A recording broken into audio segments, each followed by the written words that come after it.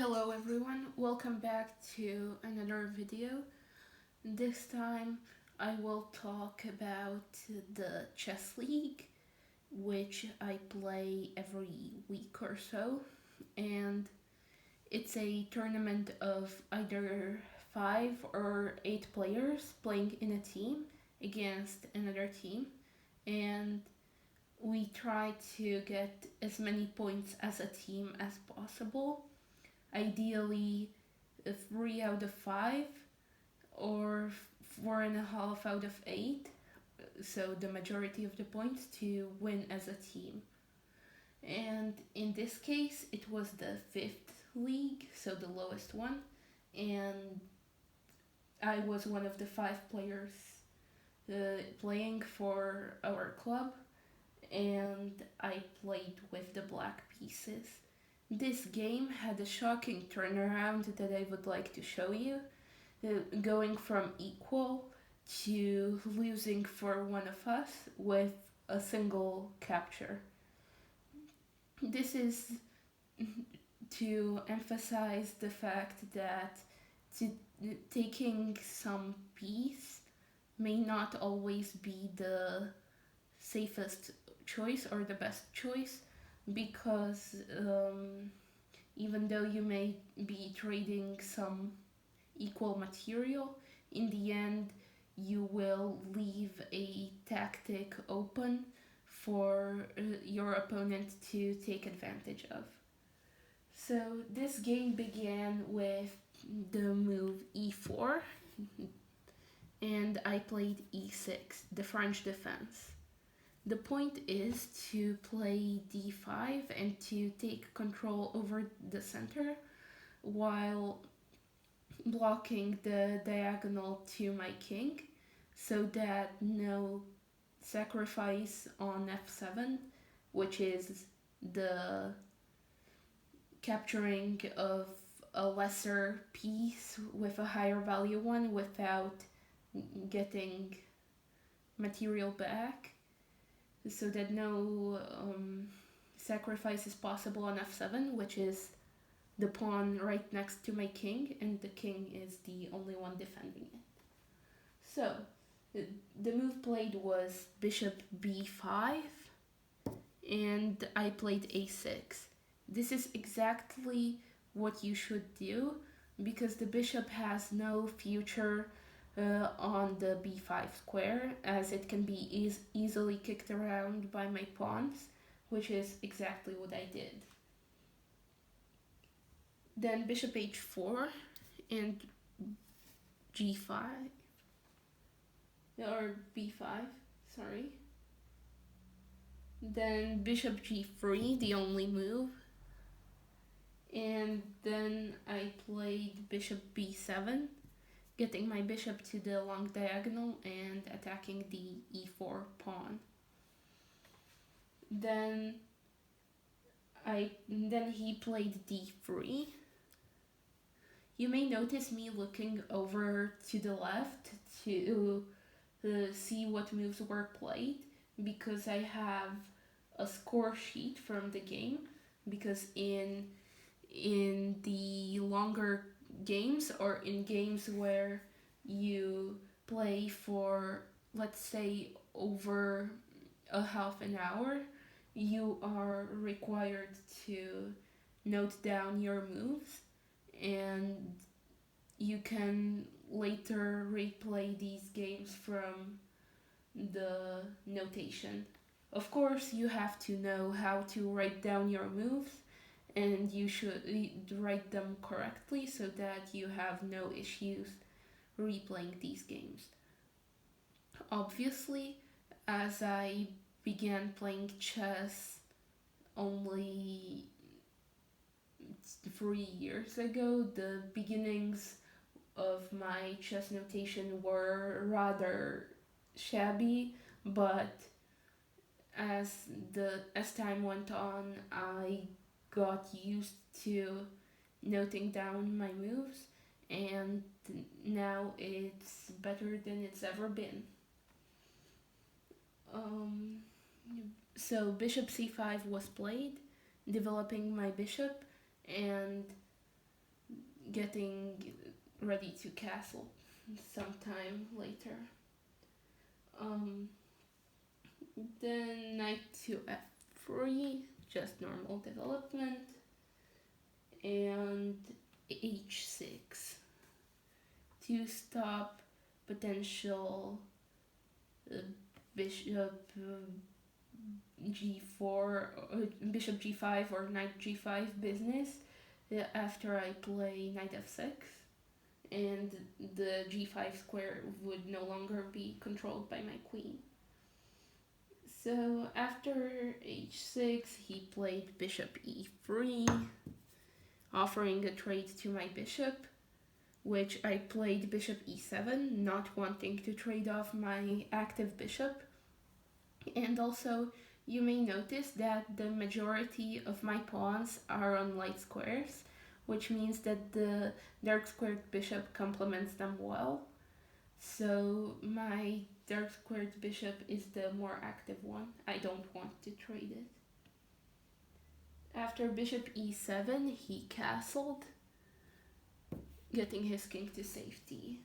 Then I played knight to f6, and he played h3, not wanting any business on the g4 square, just like I played h6 previously, and then I castled. Then he played knight to c3, and I played, what did I play? I played c5, gaining some control over the queen side and expanding, because I knew I didn't want to play knight to c6 without first getting c5 in, because it's just I have more space now and I have the c file for my rook potentially. So then he played a3, giving some space to his bishop, and I played d5, fully taking control over the center and over the position momentarily. Then he played e takes d5. I took e takes d5. The threat right now, see if you can find it, is the simple win of a piece with the move d4. So he has to do something about it. So he played d4 himself, because the threat was that I could play d4. And then I played c4, closing the position and attacking his bishop. He played bishop a2, the only move, and then I played knight to c6. Then he played knight to e2, wanting to reroute his bishop to b1 and play c3 to give some future to it. But I did not see this during the game, so knight e2 just felt like a passive move that honestly did nothing, and that I could, in the meantime, accomplish my own plans. So I played knight to e4, because since he left c3, he was no longer controlling the e4 square. So knight to g3, wanting to trade off my knight. Then I played knight to g5. I didn't want to trade on e4, as I would be left with a weak pawn on the e4 square, as well as that I would free his d4 pawn to go d5 at any moment. And now I felt better about trading on g5, because I could recapture without making any pawn weaknesses. Then he played c3, as I told you previously, the plan with his bishop. And Then I played f5.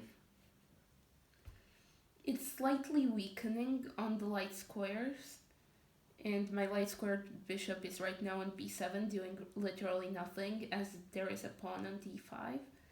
And the g6 square particularly, g6, e6, that's very weak. I should reroute my bishop through c8 to e6 to control those squares, but I don't know whether I did it.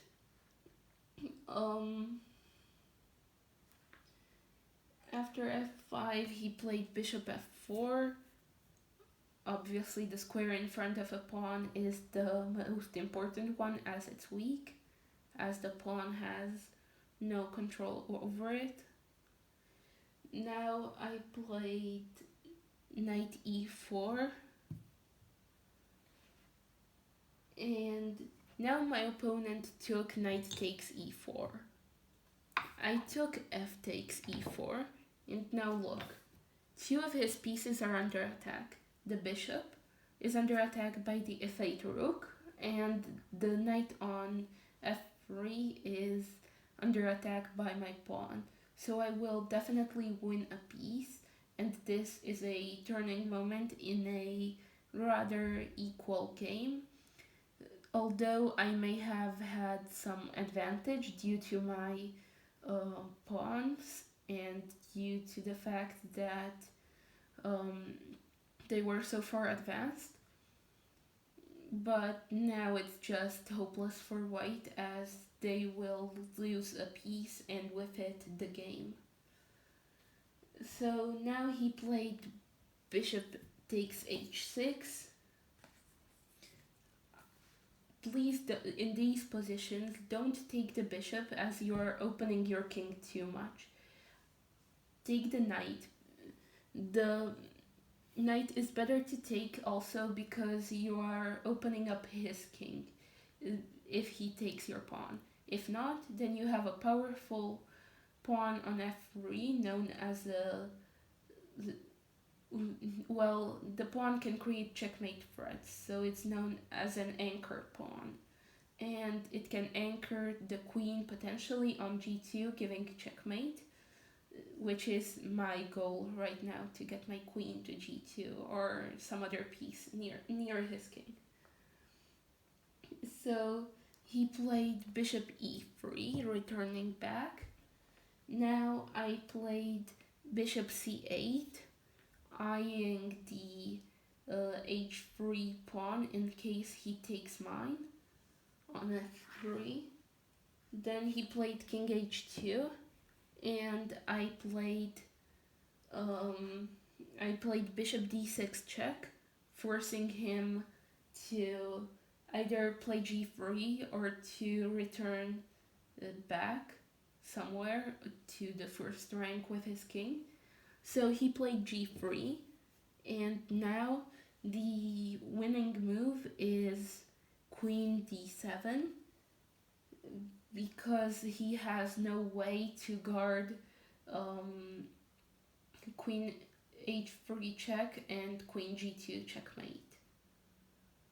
So this is how I won after queen d7, where he resigned. And as you can see, you have to always look at your opponent's plans, look at what their moves might entail, or what their moves mean, what they want to do, and then only then you can see what your options are, because overlooking your opponent's threats is one of the easiest ways to lose when you are only executing your plan. Thank you for staying with me, and I hope you have a great day.